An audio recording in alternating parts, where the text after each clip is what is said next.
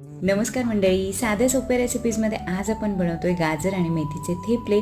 त्यासाठी गाजर किसून घेतलेलं आहे स्वच्छ धुवून, आणि नंतर मी इथे कोथिंबीर आणि मेथीची भाजीसुद्धा स्वच्छ धुवून बारीक चिरून घेतलेले आहे. पिठांमध्ये आपण ॲड करतोय गव्हाचं पीठ 1 कप आणि अर्धी वाटी आपण बेसन पीठ आणि ज्वारीचं पीठ घालणार आहोत. चवीनुसार मीठ घालायचं आहे, धने जिरे पावडर, ओवा, तीळ, लाल मिरचीची पावडर, हिंग, हळद हे सगळं ॲड करा तुमच्या आवडीनुसार.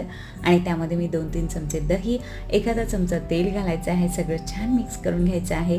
थोडं पाणी घालून घट्ट असं पीठ मळून घ्यायचं आहे. पिठाला थोड्या वेळासाठी रेस्ट द्या आणि नंतर त्याचे छान थेपले लाटून घ्या. तर असे हे थेपले तुम्ही तेल किंवा तूप लावून खरपूस भाजून घ्यायचे आहेत. हे थेपले तुम्ही मुलांच्या टिफिनसाठी देऊ शकता, ब्रेकफास्टमध्ये खाऊ शकता, किंवा कुठे बाहेर गावी जायचं तर बरोबर नेण्यासाठी सुद्धा बेस्ट ऑप्शन आहे. नक्की बनवून बघा मंडळी.